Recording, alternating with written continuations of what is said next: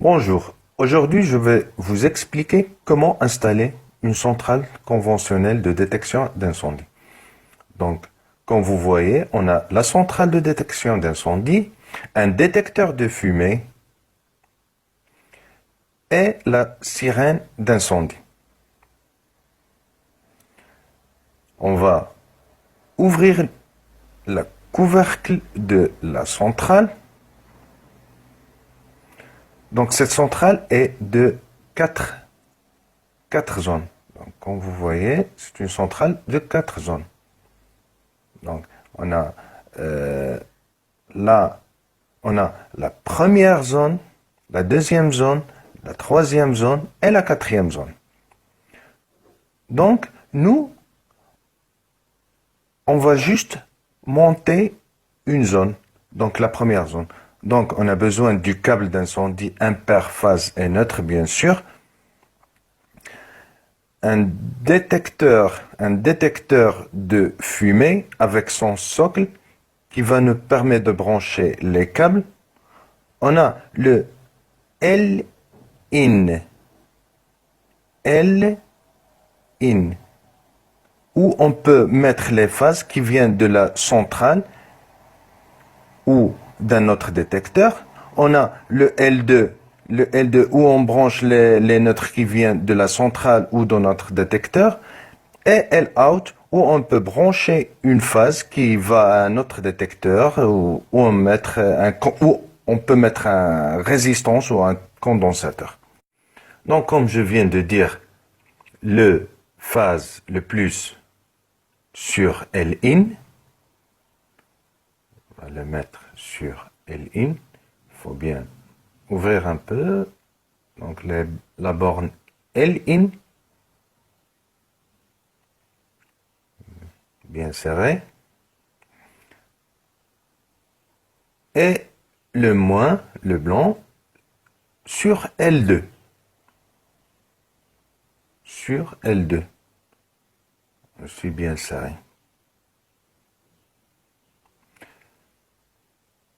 Donc, sur L2.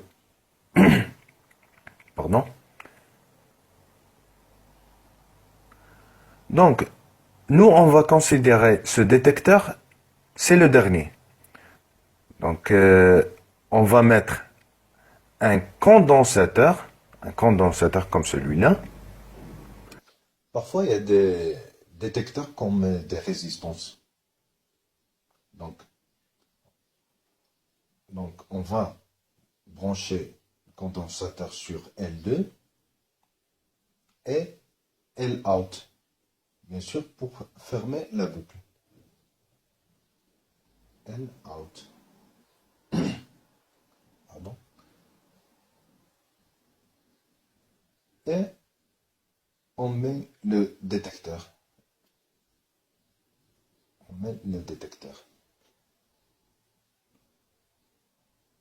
Donc, on va brancher le câble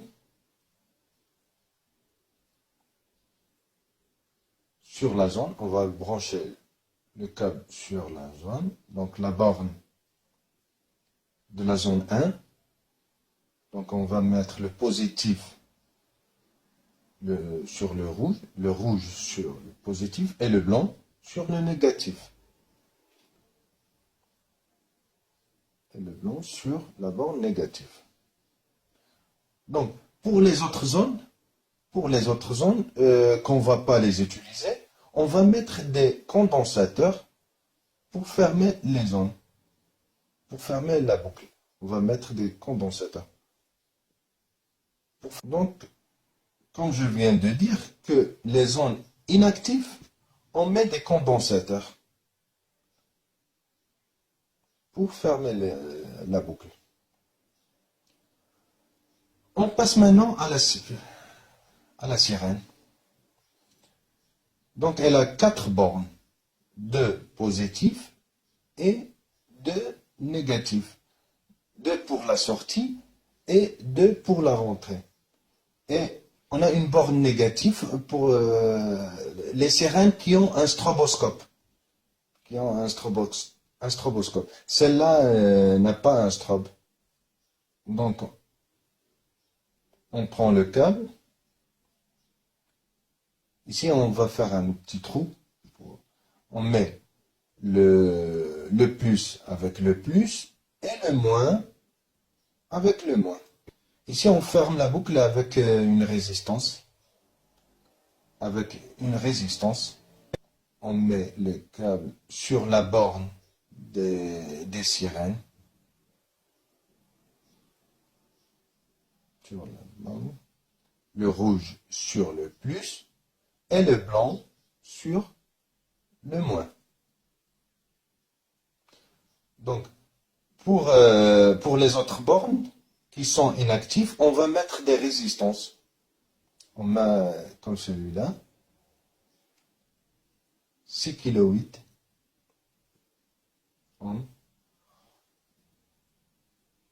Donc, bien sûr, pour fermer la boucle.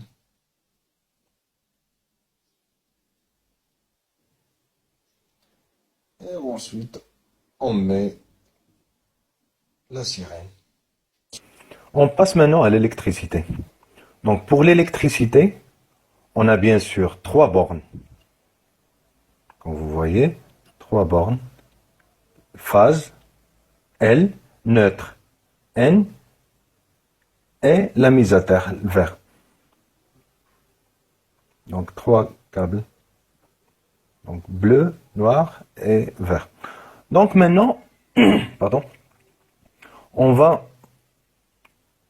mettre les batteries de secours. Donc, on a 2 batteries de secours.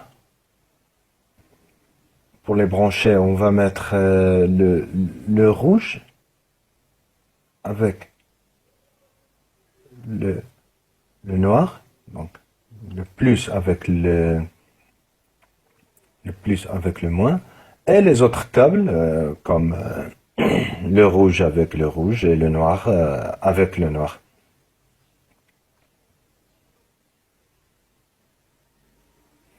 Parce que la centrale elle travaille avec 24 volts. Et c'est 2 batteries de 12 volts. Donc on ajoute ces 2 pour avoir les 24 volts. Maintenant on va installer l'électricité. Donc comme vous voyez,